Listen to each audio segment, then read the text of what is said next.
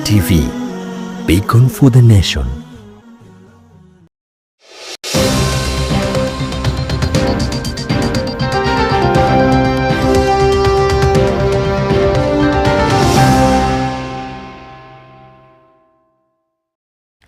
أهلا وسهلا ومرحبا بكم والسلام عليكم ورحمة الله وبركاته. It's indeed a beautiful Friday morning of the 26th of June 2026. A very good morning to you and welcome to the Muslim Insight Show here at JamiaTV. My name is Zamzam Ahmed and today we are going to talk about a crucial topic. It's about marriage. I know most of the people don't like talking about marriage. Other people fear getting into marriage based on other people's stories, and today we are going to highlight all that and also understanding marriage as an institution. Maybe to ask this question before we proceed with our conversation today is, do you know that marriage is an institution? Therefore, this program is for you, and I am joined by Dr. Adam Khamis, who is a researcher, an academician, and also a member of Majlis Ulama here at Jamia Mosque, Nairobi. Sheikh, assalamu alaikum wa rahmatullahi wa barakatuh. Wa alaikum assalam wa rahmatullahi wa barakatuh. Vipi hali Sheikh? Wa alhamdulillah. We are really happy to have you here also today. And thank you so much for honoring this invite and to discuss matters marriage. Watu wengi sana, they don't know about marriage. They just feel like marriage is completing half of the deen. Marriage is maybe improving our status or maybe changing our status from Miss to Mrs., you know. Now, maybe to start off the conversation, I would really love to understand what is marriage in the perspective of Islam and what do people take marriage as? Bismillah ar-Rahman ar-Rahim. Rabbi shrah li sadri wa sirri amri wa hlul uqdatan min lisani yafqahu qawli. I'm humbled and pleased to be here today again. We thank Allah subhanahu wa ta'ala for giving us this opportunity to be here to discuss a very important and noble topic of understanding marriage as an institution. Number one, Islam has put a lot of importance on marriage as an institution, because all the problems of the society, they are emanating from the marriage, from the weak institution of marriage. Okay. All the current problems which we are having about, for example, that we have hooliganism, the goonism, people mugging, theft, the corruption, everything, because these people are coming from this institution, marriage. Okay. So what does it mean? It means that something right was not done in that in the institution of marriage.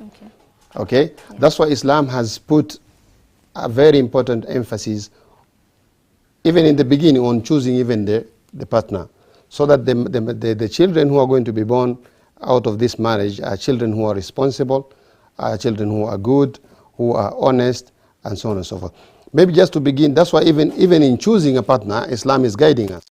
Why? Because Islam is not only you getting married, fulfilling your sexual desires. It talks about it foresees that in the future you're going to have children. These children need to be brought up in a certain environment.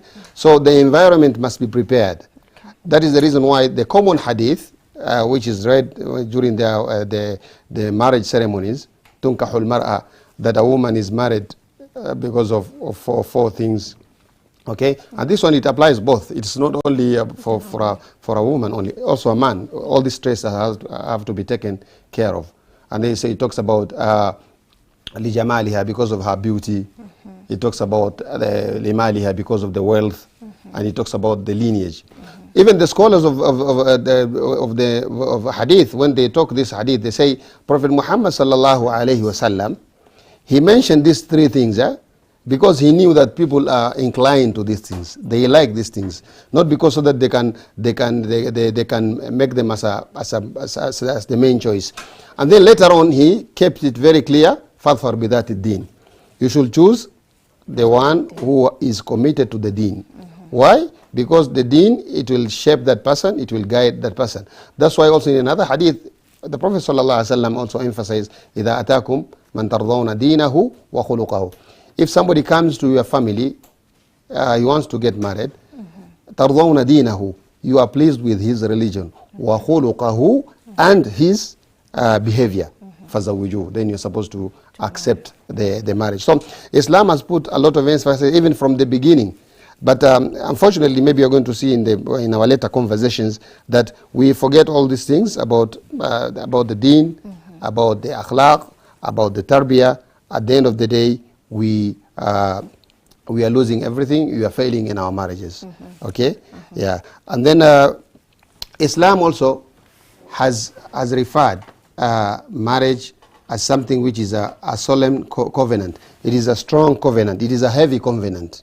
Covenant. It's a mithaq and ghalidha. Mithaq, it is an agreement which is heavy. It is something which is a man, when he gets married, is having a very big responsibility on his shoulder. So here now also we understand that marriage is a responsibility. So mithaq, it is an agreement, heavy agreement, because you need full commitment. A man has to commit himself, because you're going to be the breadwinner, you're going to be الرجال قوامون على النساء, you are going to be maintainer of the family. Okay, mithaq and ghalidha. So you will have to understand everything involving the marriage, about the rights and everything. Okay, so that's why your partner should be your choice for life. To understand even your partner, you're going to get married not just for a temporary time. This partner you're going to get married is supposed to be for life. Okay, so that's why people should be very mature when they're going into marriage. That's why it is prohibited for children to get married. Also, to understand marriage, that even in the Quran it is mentioned as mawaddatan wa rahma, that in marriage it is an issue of love, mercy, tranquility, that is a peace and security. Okay, so marriage is a responsibility. That is, you have the responsibility for caring of the family, knowing that you are going to be accountable before Allah. Okay. That each and everything which you're going to do to your family, you're going to be accountable before Allah. That is why when a daughter is living with her family, the sole responsibility lies to the parents. They're going to be asked by Allah. But the day they are married, the responsibility shifts from the father to the husband.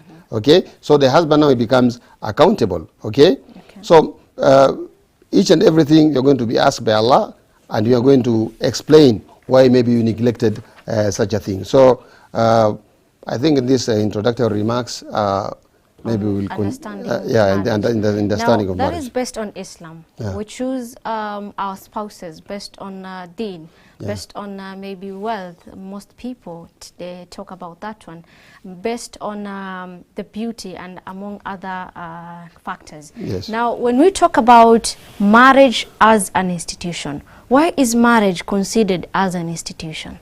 Yeah. Marriage is considered in Islam as an institution because it has rules and regulations. Okay. Maybe we just take an example of an institution. For example, like a Jamia Mosque is an institution, a big institution. Of course, institution has objectives, okay, as an institution.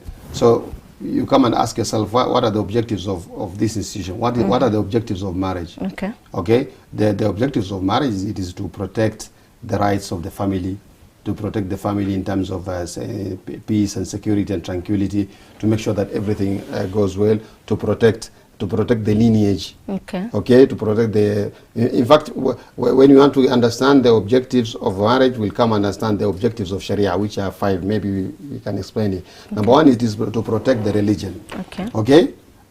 Why Islam is emphasizing on marriage? Okay. Strictly, even by guiding that. A man should get married to a woman, okay, and they should be having the same faith, that they are all Muslims. And also, why? So that they can protect the religion. The father and the mother, all of them are in the same religion, so the religion is going to be protected. And this is one of the highest ultimate goals of Sharia. It is to protect the religion. Okay. Okay? People should not have a different religion. That is the reason why some people, they ask, why a Muslim woman cannot get married to a Christian, and okay? a Muslim, Because because number one, in Islam, a man is the leader of the house. Okay, and the leader has to be obeyed. Okay, a leader has to be. That's why الرجال قوامون على النساء. So Islam, because it's a very logical religion. You say a Muslim woman, when she goes and get married to a non-Muslim, number one, she will be forced to obey that man. But how can she obey that man, and the man is of different religion? Okay. Okay. Maybe somebody according to his faith or according to his belief, alcohol is not haram. So you can tell your wife, go and bring for me the alcohol. But the religion of the wife cannot accept. Okay. So this is the we're talking about, because there is no marriage, there is no such a marriage. We are just giving an example if such thing could happen. Okay. So it is a conflict already. That's why the religion has to be the same. And then لا طاعة لمخلوق في معصية الخالق. A person is not supposed to obey somebody who is also going against any teachings of the religion. So the main objective of a Muslim woman to be married by a Muslim, so that when she is given instructions, or she can obey them without any reservations, without any question, because the faith the faith is one, and they have the same belief. So number one, it is to protect the religion. Okay. Number two, also the children who are going to be born in that marriage, they're going to be protected, because the deen has already put in place their rights in terms of the maintenance, their rights in terms of the inheritance in case one of the parents dies, and so on and so forth. To protect the wealth. Okay. To protect the wealth. You see, when you get married, you have protected, you have already got the protection of your wealth. A father who gets married and then has children, there is no way that these children can be denied their rights. Okay.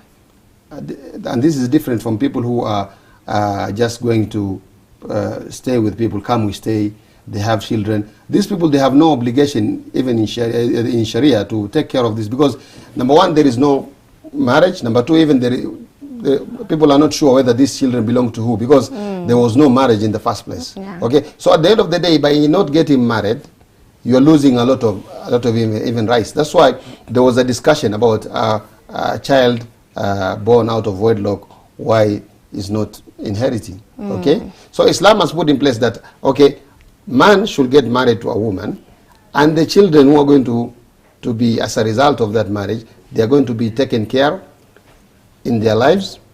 Okay, they're going to maintain us. You will be responsible for their accommodation, for their feeding, and all other obligations and all other services which they need.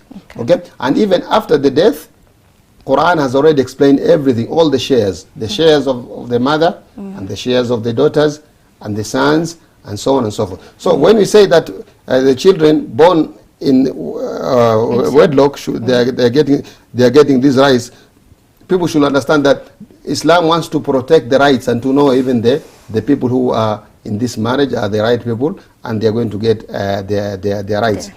Now we come to the question now. Okay, some people, they come and ask, the children born out of wedlock, they are innocent. Yes, it is very true. They are innocent, and Islam doesn't want to punish even the children. They are innocent, but Islam wants you to follow the procedure, so that these children can be protected, can be looked into in a structured manner, so that somebody knows these are your children. That's why if a man has abandoned his duties, a woman can go to a qadi, and is going to be forced, even if he is working maybe in the government, his payslip is man is going to be deducted. Okay, so the child out of wedlock is not condemned, but we are talking about the system which can take care in the best way, because now it is not only the issues of wealth only, or taking care, even the issues of his lineage also is getting some problem. But also we like to put more light on this one. Now Islam has the system of marriage. Even those children who are out of wedlock, Islam has a way of helping them. The father, who is a biological father, you have not been prohibited by Islam not to take care of that child. Okay, number one. Number two, even before your death, you can give a gift, a hiba. Okay, you are allowed because you are the person who has caused all this problem. Number 3, in the laws of inheritance, we have something called bequest or wasiya. Wasiya, it is specifically for people who cannot inherit that person. Okay, and it should not be more than 1/3. So, for example, that you cannot write a wasiya to your wife or your children. Some people, because of lack of knowledge of Islam, even Muslims, somebody goes and then he writes a will, and then he places it to the advocate. The will, and then the will is about the children or about the wife. You cannot write a will of inheritance for your children or for your wife, because these shares have been already indicated in the Quran very clearly. The wasiya, it is for people who cannot inherit you. For example, that your nephew, your niece, or even your worker. So the children are born out of wedlock also, they can be included in this one, and they can be taken care of. So Islam has a system of taking care of. So we should not make a mistake of fornicating or adultery.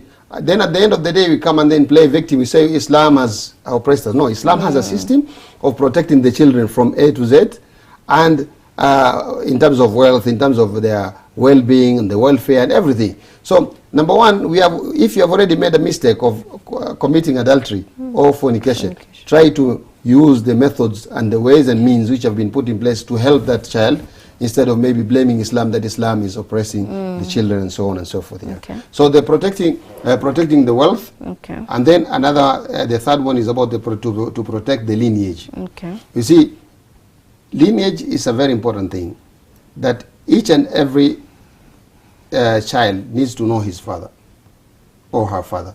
That is a right. And because of this, that's why the marriage is emphasized in Islam. Somebody is brought up, well, no, this is my father. Okay? Not in a situation whereby a son or a daughter is born, she doesn't know who is his father or her father. So there is a psychological problem. That is the reason why some of the children, when they grow up, they cause a lot of problems with their mothers. You have to tell me who is my father. Okay. You are the one who know. Some of them, they are going violent. Okay? Why? Because it is disturbing her or him psychological. Because when he goes to school or she goes to school, people are talking about my father told me this, my father told me that. And then for him or for her, nothing. So it is disturbing. So he's going to look for each and every way. That's why each and every means of knowing his father. So Islam has already protected this one. That get married, you'll know your father, you'll know your grandfather, and you will know your lineage. Because because of not getting married, we have problems like street children. The streets do not have children. The children are from the human beings. But because of their fornication and adultery, now we have street children whereby somebody is born, is in a big city like Nairobi, and then he doesn't know who is his father. No family from his mother's side or father's side. This is as a result of adultery. Now also we have the people call themselves single mothers. Okay. Single mothers, no, we are not talking of people who are divorced or people who are widowed. No, we are talking of people who they have children. They do not know their father, or they do not want to tell their children their father. They call themselves single mothers. Oh, me, I'm a single mother. So, and this is as a result of what? It's as a result of fornication and adultery. At the end of the day, the children, the father of the so-called single mothers, maybe is wealthy, but he cannot take the responsibility because there was no that binding, there was no obligation for him to take care of that. So for them, they're just doing things the way they were doing. At the end of the day, the children have lost all their rights. Okay, so to protect the religion, to protect the wealth, to protect the lineage, okay, and then to protect also the health of the family. Okay, Hifdhul Badan. When a child is born, is supposed to be taken care of in terms of the medical issues and so on and so forth. Okay, in terms of the medical issues. And then also protection of aql or intellect, that a child should be brought up in such a way is not engaged in drugs, in terms of alcohol, anything which can harm or his or her intellect. So you can see most of the time the children who are born out of wedlock, who are staying without fathers, no guidance, sometimes they are engaged in drugs, they're engaged in criminal activities because there is no man. The person who is responsible to taking care of him is not there. So you can see now we are losing big. So this was just a brief on the maqasid Sharia, the objectives of Sharia. Oh, that is really interesting because not most of the people know about this. Yeah. And what we need to understand is that when two people are getting married, that means two families are being joined, united, yeah. And when two families are being united, yes, and when two people are getting married also, that means this person has a wealth. Now he will know what this wealth, where it can go. Yeah. He has a wife, now planning to have children, so the wealth will go to the children. So it is really very interesting that people should understand that marriage is an institution, like the way we go to school. There are rules and regulation. Even marriage has its own rules and regulation. Now let me come to this question. I think you've heard of parents or the society talking about, like for example, if right now I go home and I'm not married, people are like, zamu hujaolewa. My daughter akimaliza form 4 will get married. Oh, now my son is big enough to have a wife now, and on our way we don't get to have the spouses maybe that we want, or maybe it is not yet our time. So why is marriage so important that people talk about getting married? Yeah.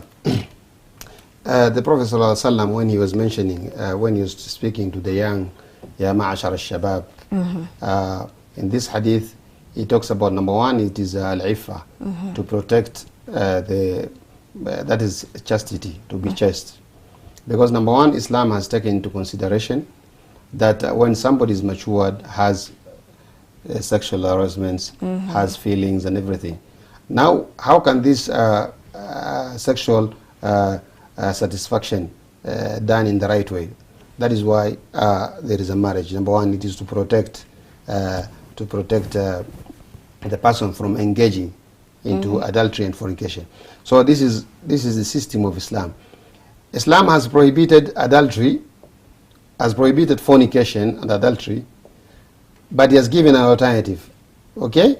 You should not do it in the wrong way, do it in the right way. Okay. In the right way, you get married, and even if you see that you are not satisfied with one wife, you are allowed the second and the third and the fourth, just to make sure that you have no reason for you to be involved, okay, to be involved in haram. So number one, it is about al-ifa.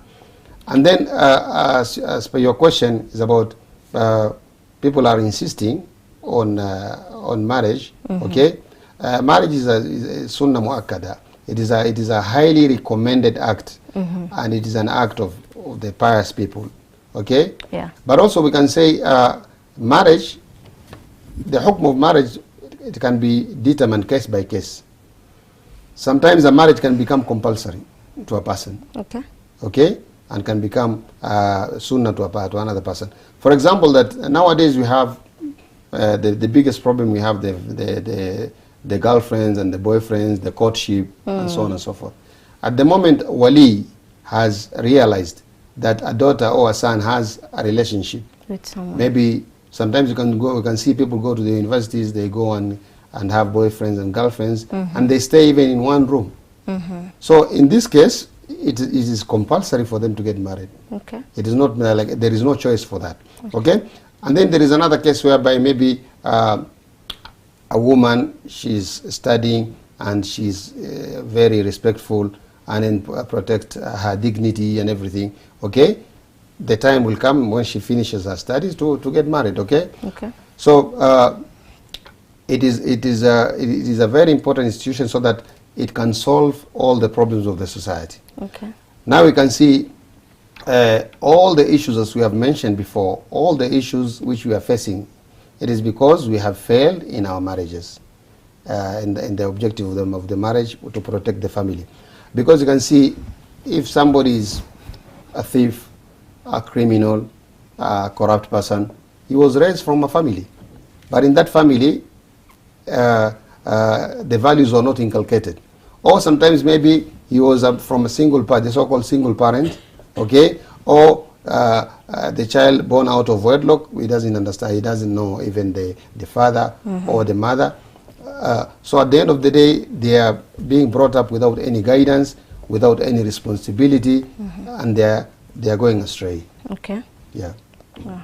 That is really interesting, because most people think that something that you've mentioned, that marriage is compulsory in a case whereby people go to school, especially the young people, and they find pleasure in having a partner, which is not right in Islam. That you're not supposed to be dating. Exactly. And that is why you've mentioned that it is compulsory for them to get married in order to protect them from engaging into fornication, from engaging into adultery. Well, I want us to take a short break, but we'll be back with more. And that was understanding of marriage as an institution. Why is it important for us to get married? The understanding of marriage in Islam and what people take marriage as. But there are some other things that happen in marriage, which is part of life. There are conflicts. How do we solve conflicts in marriage? And as a young people, how do I choose the right person to get married to? And how do I stay connected to my marriage? And lastly, not forgetting the responsibilities that comes with marriage. So stay tuned for the second segment as we unpack all those, inshallah.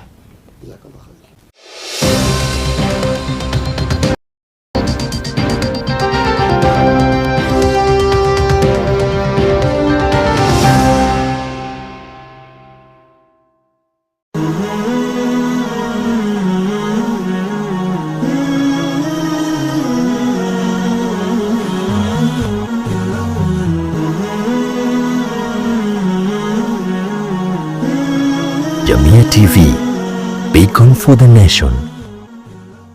Bismillah, alhamdulillah, wassalatu wassalamu ala rasulillah. Assalamu alaikum wa rahmatullahi wa barakatuh. Kwa kusoma Qur'an ni lazima isomwe namna ilivyoteremshwa. Asema Allah subhanahu wa ta'ala, warattilil Qur'ana tartila, uwe ni mwenye kusoma Qur'ani namna ilivyoteremka. Asema Dhihaki rahimahullahu ta'ala, harfan harfa, kuisoma herufi baada ya herufi. Na ni vipi tuisoma Qur'ani?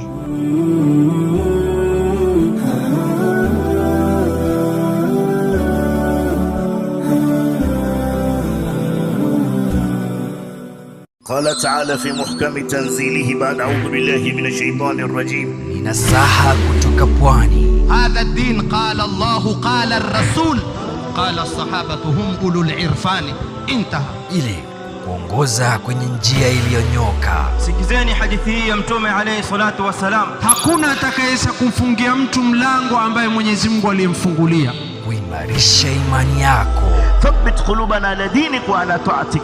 Ungana na mashekh wetu kutoka pwani kwenye mimbar. Mimbar zinamwakilisha Mtume sallallahu alaihi wasallam.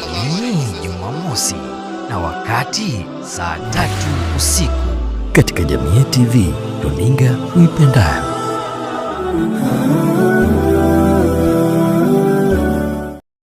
Pearls of Wisdom. Abu Sa'id al-Khudri, may Allah be pleased with him, narrated that the Prophet sallallahu alaihi wasallam said, O Allah, I take refuge in you from anxiety and sorrow, weakness and laziness, miserliness and cowardice, the burden of debts, and from being overpowered by men. أعوذ بالله من الشيطان الرجيم. يا أيها الذين آمنوا إذا نودي للصلاة من يوم الجمعة فاسعوا إلى ذكر الله وذروا البيع ذلكم خير لكم إن كنتم تعلمون.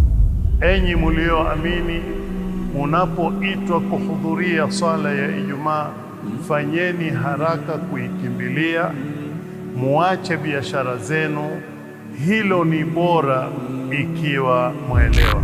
Isikilizeni kwa umakinifu khutba ya Ijumaa ili uzidi kujenga imani yako na kupata faida nyingi ya siku hii. Coming to you every Friday from Jamia Mosque, Nairobi. Live on JamiaTV.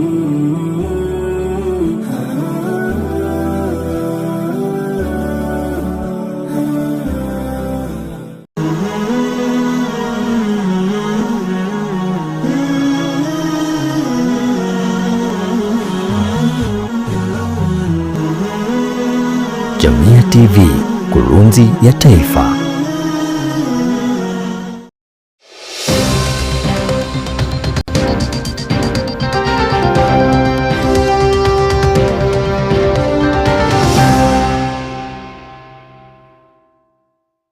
Assalamu alaikum wa rahmatullahi wa barakatuh. Thank you so much and welcome back to the second segment of the Muslim Insight Show. And our sign language interpreter is Abdul Wahab Ali. Now we continue the conversation. There is something that we really need to understand. It's about dating. I know most of us know about that thing. And the last thing that Dr. mentioned is the compulsory of marriage when two people are together and they are not legally together. So we come to that one. People think that dating is something that is not bad in Islam, which I would say that people have misinterpreted the word dating. Also, when we talk about people being together and they are not married, is not allowed in Islam, but we tend to find people say that this is my person, this is my guy, this is my lady, we are not doing anything bad, so what is wrong with us being together, which they are not married. So what do you think, or what does Islam tell us about people being together and not legally being together? Okay, so number one, when you speak about the dating and the courtships, in fact this is a catastrophe and disaster which we are having at the moment. Okay. And it has become one of the main reasons why marriages are failing. Okay. And in Islam we have no dating or courtship, but we have a way of identifying the couples, of identifying the partners, and so on and so forth. Islam has not prohibited for you to identify the person, has not prohibited for you to speak to that person to a certain time, to do your research on that person. There is no problem. But this, but when you talk, because this is a pure Western method of marriage, the courtship and the dating, to an extent whereby, okay, you have mentioned something that some people, they say she's just my boyfriend or girlfriend, but at the end of the day, they have already gone against the rules of Islam of free mixing and having a relationship before even marriage. Okay. So the dating and courtship, as I have said, it has caused a lot of problems, because especially in the higher institutions like universities, as we mentioned before, a student goes there, and this is a point of concern to all of us as parents. Most of the time, we try as much as we can. We bring our children in the best schools, Islamic schools integrated. We have Quran, Hadith, we have everything there in the primary school, secondary school. And then when they go to the university, they go to another different environment. Okay? So they are being overwhelmed in that environment. Some of them, they have relationships, okay? They have relationship, and it is unfortunate that some of them, they have they are living like a husband and wife. They are living in the same rooms, they are living in the same hostels, and so on and so forth. So you can see these people are living there, and then the probability of them being getting married to one another is very small, because maybe all of them, they are young and they are not settled, and so on and so forth. So if that kind of a person, a woman or a man, goes and then gets married, and then he was having a lot of relationship, and most of the time it is more than one relationship. It is about dating, it is about relationship, or about courtship. So somebody is having a lot of relationships.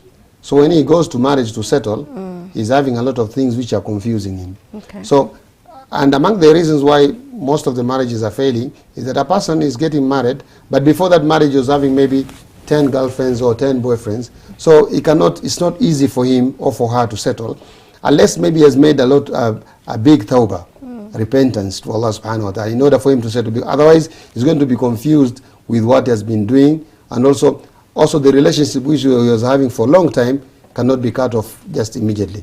So Islam has prohibited courtship and dating, but it has a system whereby if you want to get married, you can pass through the guardian, you can know the person.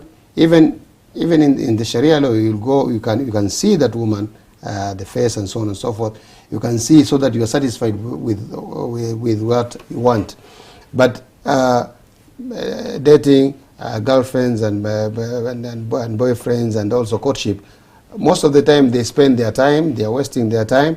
At the end of the day, even they don't get married because they were not serious, because there was no obligation. So you are told, you just do your research, know the person, see the person, you get married, you do tawakkul ala Allah. Then if the marriage is not working, even there are avenues of solving that marriage. And also there are avenues of separating if the marriage is toxic and so on and so forth. So there is no way you can say that she is just my friend or he's just my friend.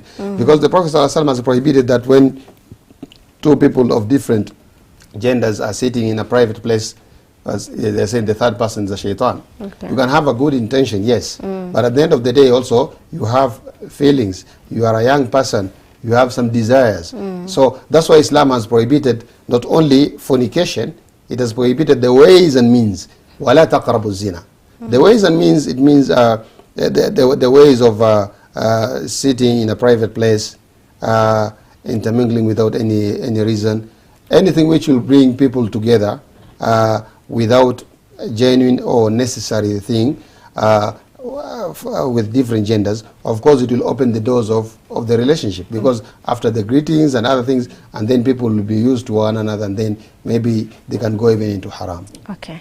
Now in our first segment on the rules and regulations of marriage as an institution, you mentioned that is to protect religion. Yeah. And there is something else that you talked about, is a man is the head of the family. Yeah. And a Muslim man is allowed to marry a Christian lady because he is the head of the family and can influence the woman to change her religion to a Muslim. Now, the other way round is not allowed. A Muslim lady married to a non-Muslim guy. So, what does Islam say about that? Okay, as I mentioned before, the main objectives of marriage is to protect the religion. Yeah. Now, a Muslim woman wants to get married to a non-Muslim. How will she protect the religion? Number one, the person is not following the Islamic faith. Yeah. Okay, is not obliged by anything. So how can this person defend the rights of this woman in terms of hijab, in terms of the children? Okay, if they have children, for example, okay, we say I'm the father. These children, they'll have to follow my faith. Okay, how will that lady respond? Okay, and then during the month of Ramadan, for example, during the month of Ramadan, you want to fast. He doesn't want to fast. Say, this is not my month. Okay, so the main objective of a Muslim woman not getting married to another person of different faith, it is to protect her religion. It is to protect the rights of the children. It is to make sure that there is a well-being of the family and herself also. Because, for example, that okay, if somebody can say my religion or my culture does not prohibit me from being rude or violent or anything, does not prohibit me from drinking alcohol, does not prohibit me from having more than one relationship, even if it is not marriage. Okay, how will you guide that person? So the essence of having one religion, so that you can be guided, even when it comes to the conflict, we go to the Qadi. The Qadi, when he gives the guidance, he will be able to listen, because he believes in that. But when he goes, they say, how can I go to the Qadi? Even I don't believe in Qadi. I'm not a Muslim. Okay. Okay. So even when it comes to solving the problem, it will be very difficult. And in a reality, when he talks about reality, 99.99% those people who have engaged in these mixed marriages have failed. Okay. They have failed. They are not happy because they have gone against the laws of Allah, against the teachings of Prophet Muhammad sallallahu alaihi wasallam. You can see most of them, the children are confused. Some of the children are Muslims, some of the children are not Muslims. So the protection of religion, it is lost in totality. Okay, so we remain that a Muslim woman has to get instructions and orders from a person of the same faith. Okay. Okay, because we cannot in Islam generally say لا طاعة لمخلوق في معصية الخالق. You cannot obey a human being at the expense of going against the laws of Allah. Okay, so this is the position. A Muslim woman has to get married to a Muslim man because of the leadership. Because say الرجال قوامون على النساء. They are the maintainers. They are the leaders. So how can you become a leader whom your instructions cannot be obeyed? Okay. So the essence here is to make sure that there is tranquility, there is peace, there is harmony. That's why Islam wants a Muslim woman to get married to a Muslim. And then on the other side now, you say, why a Muslim man is allowed to get married to a non-Muslim? Because now the woman, she's going to follow all the instructions and the laws and the guidance of that man. And the man, because he's a provider, it will be easier for her to, because he's the one who is providing, he's the one who is guiding, he's the one who is everything. Even when it comes to the children will become Muslims, and she's a Muslim also, and so on and so forth. Yeah. Okay. I know there is another question still on that one, is what if, I know we talk about the man being the head of the family, the man providing for the family, but what if this woman has the say? Like, you know, most women, please, I'm sorry to say this, but sometimes women talk about, I have a status, I did my degree, so I have a say in the family, you know. Like kuna ile hadhi anajiweka, so I have to say. So what if I, like a Muslim man married a non-Muslim lady, and this lady happens to control the man? What will happen? Okay, number one, Allah has taught us in the Quran, الرجال قوامون على النساء. And then you go further, it gives a reason why a man is a leader and the maintainer of a woman. And say, وَبِمَا أَنْفَقُوا. And because of what? Of giving. So number one, the responsibility of taking care of the family lies completely in Islam, a man. Okay. Okay? A man, you're supposed to provide for the accommodation, to provide for the feeding, the school fees, everything. Okay? These things, a woman can come in, can chip in and help. And this is your understanding between the two people. Because a woman can say, okay, I understand my husband's salary is not big. Okay, leave alone the fact of provision, I'll come to that one. Okay. Is getting to understand if a man, a Muslim man, is allowed to marry a non-Muslim lady.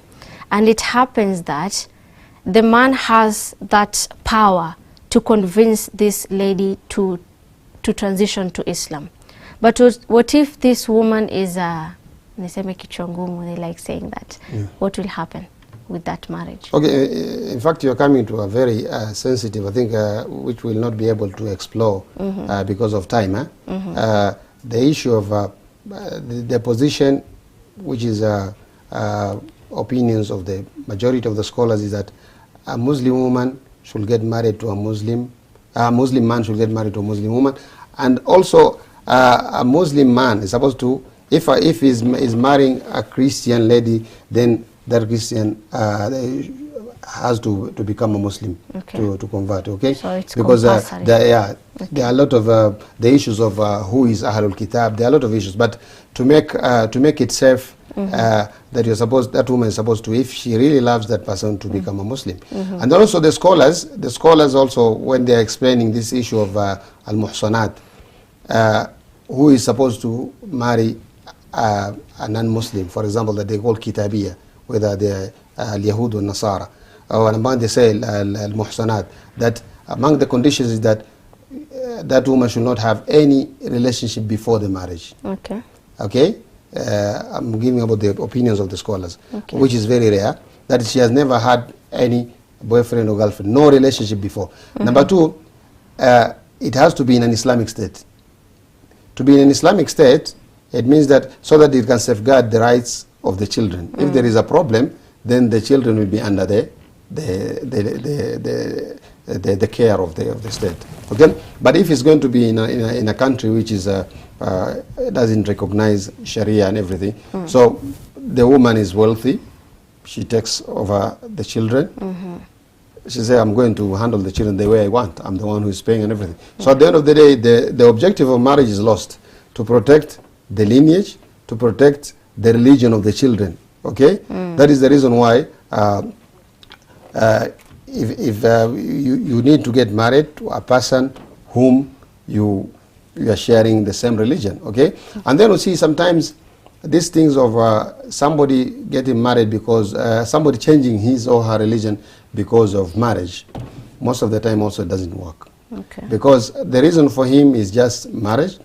When the marriage is over, also she leaves or he leaves the religion. So that's why it is very important that somebody who became Muslim even before the marriage, she had the conviction and the belief that Islam is a universal religion. It accepts all the prophets of Allah. It accepts Jesus as a prophet of Allah. It believes in the books of Allah, in the day of judgment, and so on and so forth.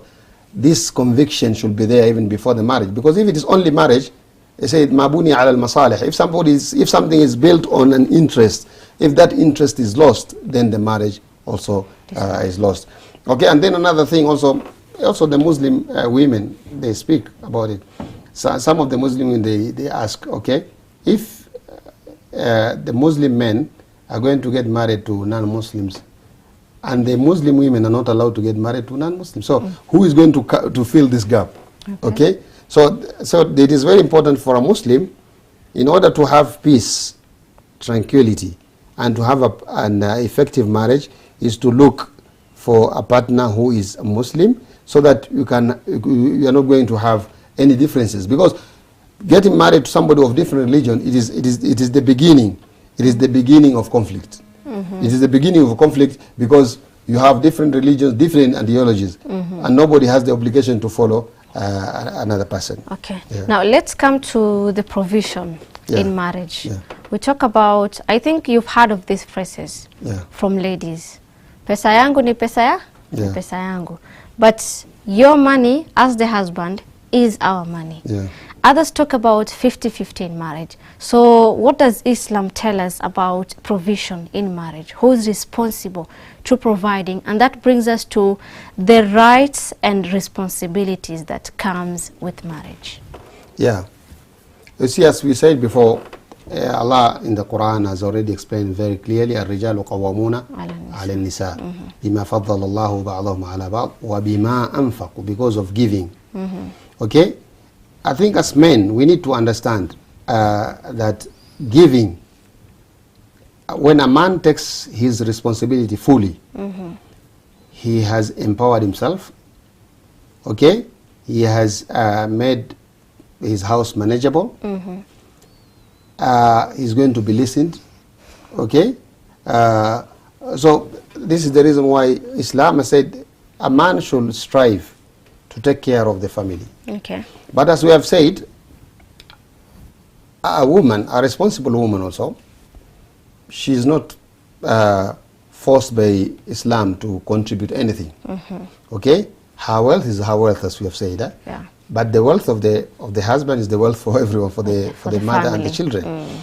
But also, we do not say it is haram for him to contribute, or this is an agreement between the family. Okay. Some women, they have good income, more than even their husbands. Yeah. And they are helping the family, and they are very obedient also to their husbands. Okay. Because they understand the marriage as an institution, because it is like a teamwork. Okay. Making sure that we are successful. So a woman can help, can do everything, but it should not be like a rule, because some of the men, they have made like a rule. Okay, now mimi pesa yangu ni kidogo, yako ni mingi, yeah, so wewe you have to pay. Lazima utalipa school fees. Wewe ni school fees na bills. Mimi nitaangalia rent na other things. So kila mtu ashike line so yake. the man should understand that it is his responsibility to take care of the family. And the woman is doing what a woman is doing is a favor. Okay. A woman is doing is a favor and not a right.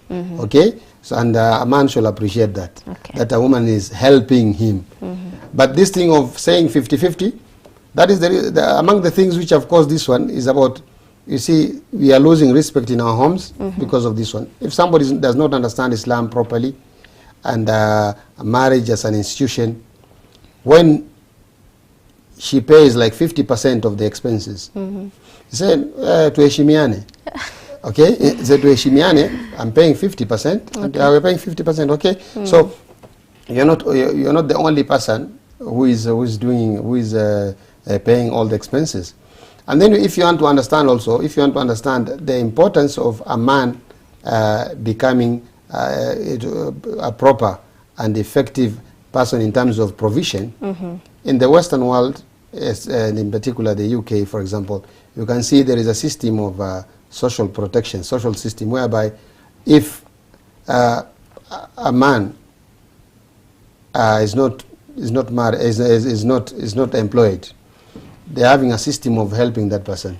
So at the moment you go and register in the social offices, so you'll be given a free accommodation, you'll be given everything, and then the children also, they'll be given the upkeep of every week, how many pounds, and the woman also will have her own money, and also you.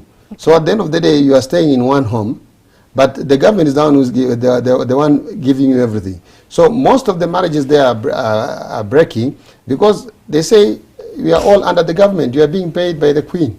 Okay? So I'm getting my money and you're getting. So why are you disturbing me? And then also at the end of the day, when there is a problem, the woman has specific numbers to call, or the children. When a woman calls, then the first thing to be done is the man is going to be taken out of the house.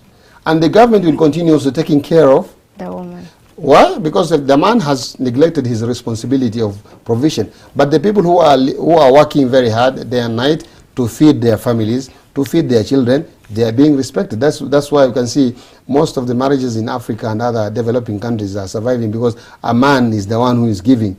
But in the Western world, it's either 50-50 or 60-40, or maybe sometimes a woman gives more than. Okay, so the respect is lost. Okay. Yeah. Now, due to time, I think I'm going to go to the last question, which is very interesting and very important for us to understand. In marriage, it occurs conflicts. Conflicts that may lead to divorces. Conflicts that may lead to violence in marriages. Yes. Conflicts that may bring disconnects between the two families that had been joined by those two people. So, how do we solve conflicts in marriages for us to have a strong marriage? Now, that's a very good question. Of course, when we are in a marriage, most of the time we are coming from different backgrounds, different cultures, okay?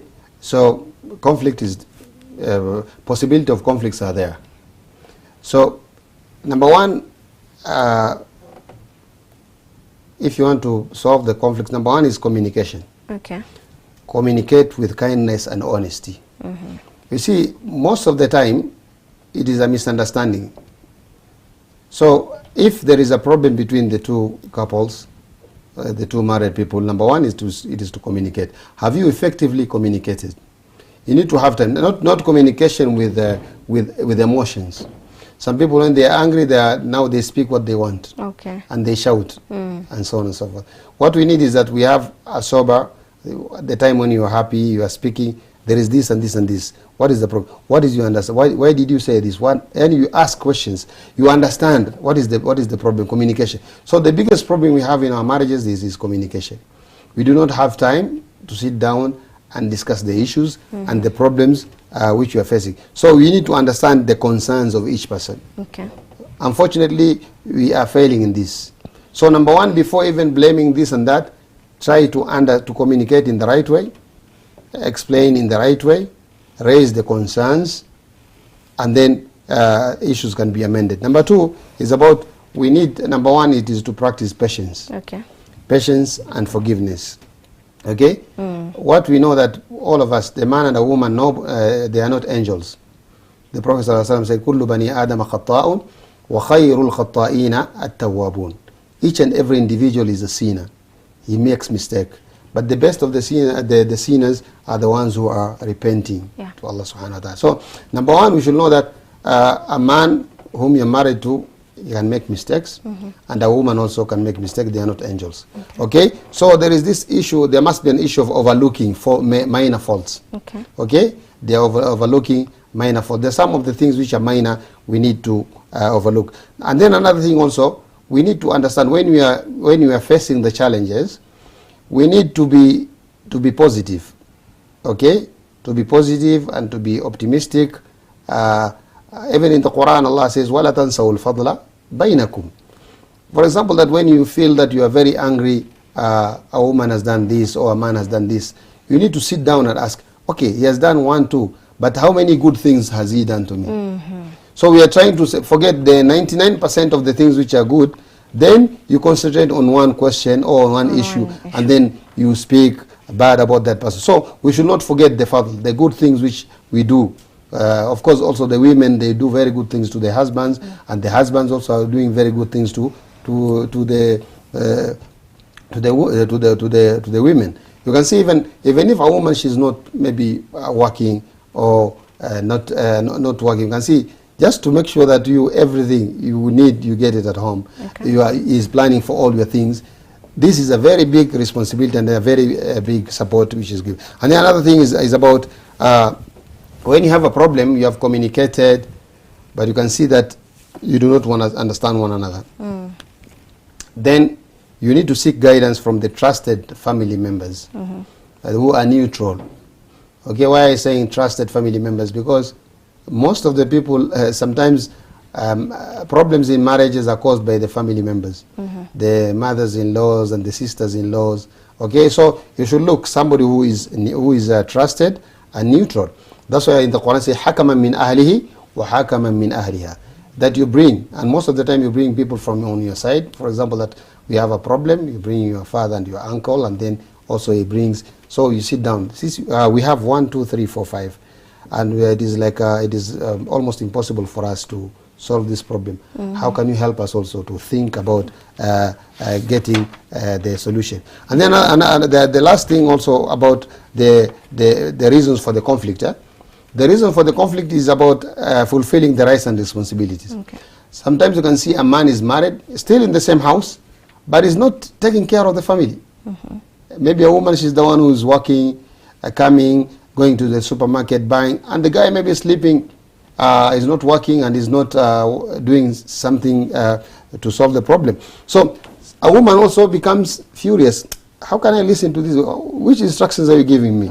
And you're not giving anything. So the issues are الرجال قوامون على النساء. It is very important that a man, you should try as much as you can.